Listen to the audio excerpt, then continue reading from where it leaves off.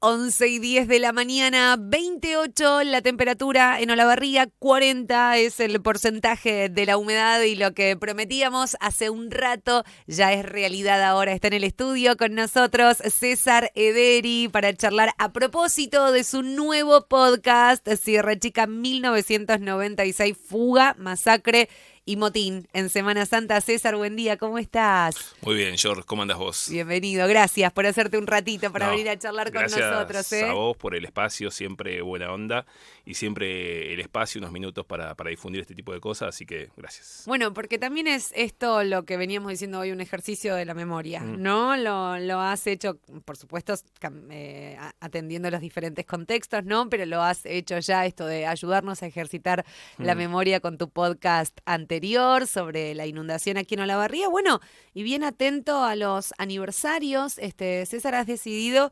encarar esta producción que sin dudas está en la memoria de todos, eso sí, por directamente o las nuevas generaciones por lo que se ha visto, por lo que se ha contado, pero yo no puedo creer que ya hayan pasado 30 años y de verdad yo todavía hasta el día de hoy recuerdo el cambio de recorrido del colectivo. A propósito, sí, de cuando veníamos desde Hinojo hasta Olavarría, el colectivo cambiaba su circulación, claro, porque estaba frente a las unidades. Y no puedo creer de verdad que pasaron 30 años. ¿Cuánto trabajo para recopilar el material y todo? Contanos un poco cómo nace. Nace la idea hace un par de meses de intentar contar lo que había pasado. En un principio, como pasa muchas veces, uno dice, bueno, vamos a contarlos, vamos a contar los acontecimientos y tal vez en un espacio de 10-15 minutos lo podés contar, ¿no? O sea, preparar como un informe o un podcast chiquitito o un episodio documental, qué sé yo, y no mucho más, porque es algo que se contó muchas veces, sí. Es algo que tuvo repercusión a nivel nacional, que tuvo aparición hasta en los medios más grandes. Entonces, y es algo que tiene mucho mito alrededor, hay mucha conciencia de lo que pasó y como recién te decía, está muy contado. Entonces uno cuenta lo que ya sabe. El tema, y vuelvo, cuando te empezás a embarrar, cuando empezás a rascar el fondo de la olla, te das cuenta que hay muchas más cosas para contar, ¿no? Y entonces con un solo episodio no iba a alcanzar.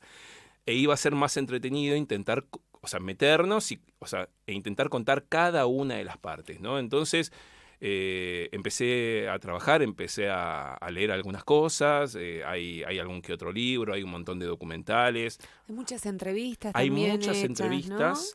¿No? Sabés que hay poco en redes sociales, en internet, que tenga que ver con el juicio. Y esa es una de las cosas que más me llamó la atención, porque hay imágenes del juicio, o sea, de la de la jueza Malere, hasta de los propios rehenes y también de los amotinados, que hay extractos, ¿no? Cositas, pero no hay un gran material audiovisual. Entonces hay que empezar a buscar por otros lados, ¿no? Y hay que empezar a construirlo. Hay que empezar a construirlo también. Entonces, cuando vos empezás a marcar los puntos importantes, porque ahí en el título está resumido, capaz en 10 palabras, todo lo que pasó. Todo, ¿no? Porque fueron días sangrientos y fue un periodo. No es que fue un hecho aislado, sucedió un día, no. Fueron varias jornadas. Porque casi siempre, los motines duran 1, 2, 3 días, no mucho más. Este fue el más largo, duró 8 días, por lo menos acá de Argentina. Coincide con una fecha religiosa para mucha gente muy importante, la Semana Santa, que se termina cerrando en Pascuas, ¿no? Entonces, vos decís, en esos 8 días pasan un montón de cosas atroces y justo en esa semana, que para mucha gente es muy importante. Bueno, y el mote también que recibieron ellos, ¿no? Claro, los amotinados. Porque es un nombre que mucha gente lo sabe y otra gente que no, que es un mote puesto por los propios medios de comunicación, ¿no? El de los 12 apóstoles, a eso nos referimos, sí. Claro, porque le dicen los 12 apóstoles y no es que era un nombre que ellos traían ya de antes. No es que era una banda armada, eran tipos muy pesados que se fueron conociendo de distintos penales y que a todos los pesados los iban trayendo a Sierra Chica. Entonces llega un momento que el 50% de la población eran tipos grosos, pesados. Con pretorios grandes, con condenas probadas de hechos aberrantes. O sea, muchos con cadena perpetua. Y cuando se entregan y suben todos al celular, a distintos celulares para ser trasladados a la cárcel de Caseros en Capital Federal, los periodistas que estaban ahí apostados empiezan a contar. 1, 2, 3, suman 12. Festividad religiosa, Semana Santa, Pascuas, 1 más 1, 2, le ponen los 12 apóstoles. Pero después todo lo que fue ocurriendo en el medio, ¿no? O sea, toma de un motín, rehén una jueza que nunca pasa, porque una de las cosas que uno también se va enterando por cosas que lee, por cosas que ve, hay un montón de códigos dentro de la cárcel para los tumberos, que hay cosas que no se hacen o porque no se deben hacer dentro de la moral de la cárcel, sino porque también te puede traer consecuencias aún peores. Secuestrar, no, tomar de rehén a un magistrado, después te puede ser muchísimo peor. Bueno, que si tomás, por ejemplo, de rehén a un guardia cárcel, no es lo mismo. No es lo mismo. Es grave todo, por supuesto, pero las consecuencias que pueden enfrentar después son mucho peores. Bueno, lógico. Eso fue rarísimo. Las imágenes de, ¿no? de esos momentos, sí. Te juro que escucharte hablar y se me viene el móvil de Crónica, de verdad, las imágenes de Telefe. Estaban todos los medios del país cubriendo estas alternativas. Primero era con el trabajo de periodistas locales que iban retratando lo que pasaba y después ya llegaron todos los móviles con sus antenas, sus parabólicas y desde acá contaron, el seno del horror, porque la verdad es que también fue escalofriante. Escalofriante. Uno de los entrevistados es uno de los guardiacárceles que estaba arriba del muro, un muro de 8 metros, que tiene cada 25 metros, ponele, una garita, ¿no? Uno de los entrevistados para este podcast es uno de los guardias que estaba ahí arriba del muro y es uno de los que estuvo los 8 días arriba del muro, en la garita. Dormía ahí, iban a comer, pero estaban casi todos los días ahí y vio todas esas escenas que se reprodujeron después en distintos medios, cuando son asesinados en el medio del tipo del campo, distintas situaciones horrendas, que si escuchan el podcast se van a enterar, pero cosas que se decían cotidianamente y que eran terribles. Bueno, él pudo contarnos. Atestiguarlas, claro. Dentro del podcast. Sí, porque viste que además pasa esto de que va pasando el tiempo y quizás quienes vivíamos en esa época, como sucede con la dictadura, lo podemos afirmar y podemos de primera mano decir sí pasó esto, no pasó lo otro. Pero cuando va pasando el tiempo, quizás la memoria es como que se va diluyendo y se va mezclando un poco del relato de ficción. Viste que siempre pasa eso, de que te contás una anécdota entre un grupo de amigos y por ahí alguien siempre le suma algo. Imagínate si no se le va a sumar o no se le va a restar a una historia como esta que duró más de una semana, que dejó 8 personas muertas, claro, y también heridos, ¿no? Y además una cantidad muy grande de rehenes, ¿no? Porque vos te pones a pensar, 17 rehenes, 2 de ellos eran gente del juzgado, había 3 testigos de Jehová que justo estaban ese sábado dando alguna misa para alguno de los pabellones, quedaron adentro, un médico que laburaba dentro del penal, uno de los rehenes que era guardia era alguien muy importante también dentro del penal, entonces ellos los amotinados, tenían como el ancho de espadas y el ancho de basto, ¿no? No solamente por las juezas, sino por este tipo importante. Y todo lo que pasaba en el medio, todo lo que se dice, lo de la panadería, lo de los cuerpos, lo de la venganza contra un grupo rival, distintas... Los juegos de fútbol. Claro. No queremos acá entrar en detalles muy escabrosos porque ahora. Es turbio, ¿no? Claro, porque también entendemos que hay muchos chicos del otro lado, pero de verdad que todo ese material está ahí bien relatado y con todas las descripciones en el podcast. Sí, además, los guardias también entrevistamos a distintos periodistas. Hay una periodista de Clarín que se llama Virginia Messi, que es muy buena, especialista en todo lo que es narcotráfico, policiales, que hace un año atrás con Clarín, se ganaron un Martín Fierro, el mejor documental digital, por un documental de Sierra Chica. Entrevistamos a Luis Beldi, que es un periodista también muy reconocido, que escribió en el 2008 un libro sobre los 12 apóstoles y todo lo que ocurrió ahí adentro.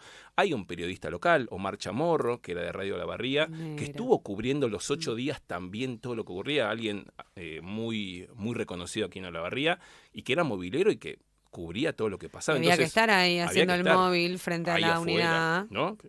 Y con todo lo que se había generado en el pueblo, además, porque imagínate la confusión, el estupor y el miedo de los vecinos de Sierra Chica, sobre todo de los que viven más cerca, ¿no? de la unidad. Y tal cual, horrible.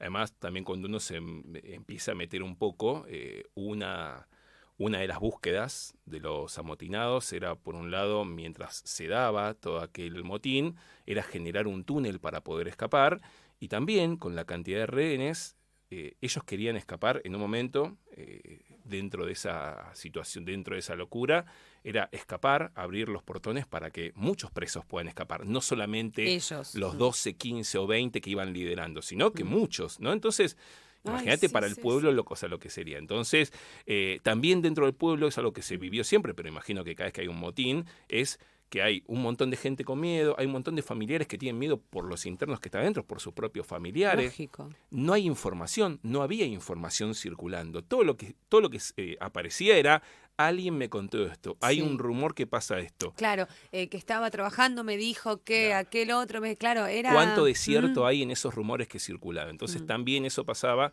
que a nivel nacional, que ahí es cuando se abre el juego, cada día había una noticia nueva. Y algunas se fueron confirmando después en el juicio y con entrevistas posteriores, y otras eran puro mito en el medio de ese fragor de todos los días te tengo que Claro. contar algo nuevo sobre el motín de Sierra Chica. O Entonces, sea que es una mirada no solamente para retratar lo que sucedió, sino también una mirada un poco reflexiva, También, ¿no? A sí. propósito de todo lo dicho y todo lo hecho hace 30 años atrás.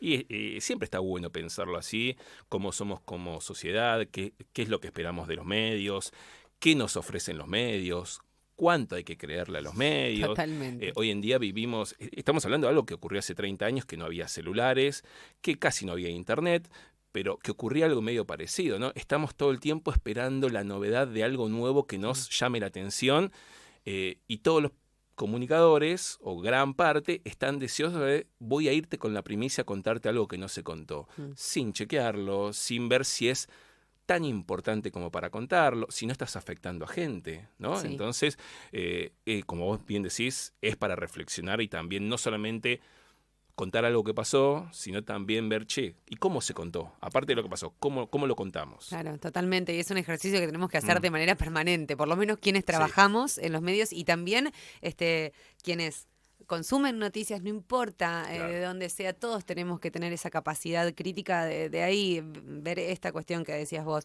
qué contamos, cómo, qué leemos, cómo, quién lo dice, lo decíamos ayer a propósito, bueno, de ahora, viste, en las redes sociales todo tiene el mismo peso, cuando Ujú. vos lees o mirás un videíto que dice una persona que no tiene ninguna calificación para nada, es lo mismo que dice de pronto, qué sé yo, no sé, una persona que ha estudiado, Claro, tal cual. todo tiene el mismo peso, entonces invitar a la reflexión en medio de eso es importante, cualquiera sea el hecho. Sí. Que nos toca acá de cerca porque fue en nuestro Claro. propio partido. Contanos cómo hiciste para repartir todo ese material en cuántos episodios. Son 5 episodios. Bien. Y Funciona más o menos como el de la inundación, ¿verdad? el de la inundación íbamos contando día a día. Ajá. En este intenté entrarle por otro lado. Ajá. En el primer episodio va a ser un recuento rápido de todos los hechos. Bien. El que no conozca sobre el tema, en el primer episodio se va a enterar sin tanto detalle, Ujú. con algunos testimonios que se vayan metiendo, qué ocurrió en el motín de Sierra Chica. Pero vamos a abrir un montón de preguntas que se van a ir cerrando en cada uno de los próximos episodios. Vamos a contar por qué ocurrió esa suerte de venganza contra otro grupo que estaba dentro del motín, qué pasó en esos 8 días, porque no es que un día empezó y un día terminó y en el medio no pasó nada, qué se supo después con todos los mitos, ¿no? La Claro. panadería, El descuartizamiento, partido de bla, fútbol. bla, bla. ¿Qué ocurrió? ¿Cuánto desierto había?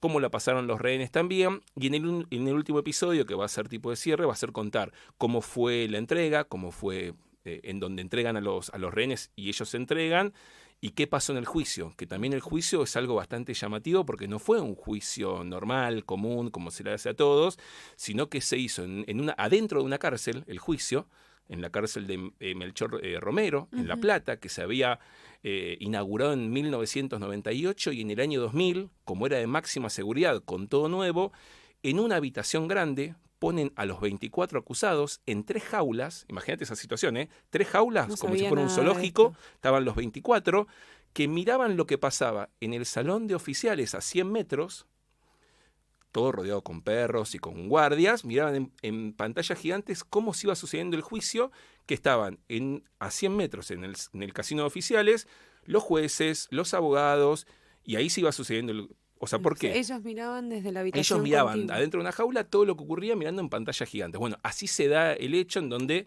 hay 6 de los 24 que tienen cadena perpetua, 8 que tienen 15 años, o sea, se fue resolviendo como más o menos la sociedad esperaba que se resuelva. Y después también contar, si podemos, qué fue pasando chiquitito con cada uno de aquellos 12 apóstoles con el paso del tiempo. Sí, porque también recuerdo aquellos títulos recontra amarillistas, ¿viste? De, logramos conseguir el relato del cabecilla de los 12 apóstoles y, ¿viste? También esa parte de la historia. Hay uno de los que formó parte, no era uno de los cabecillas, pero formó parte de todo el motín, que con el paso del tiempo se hizo youtuber.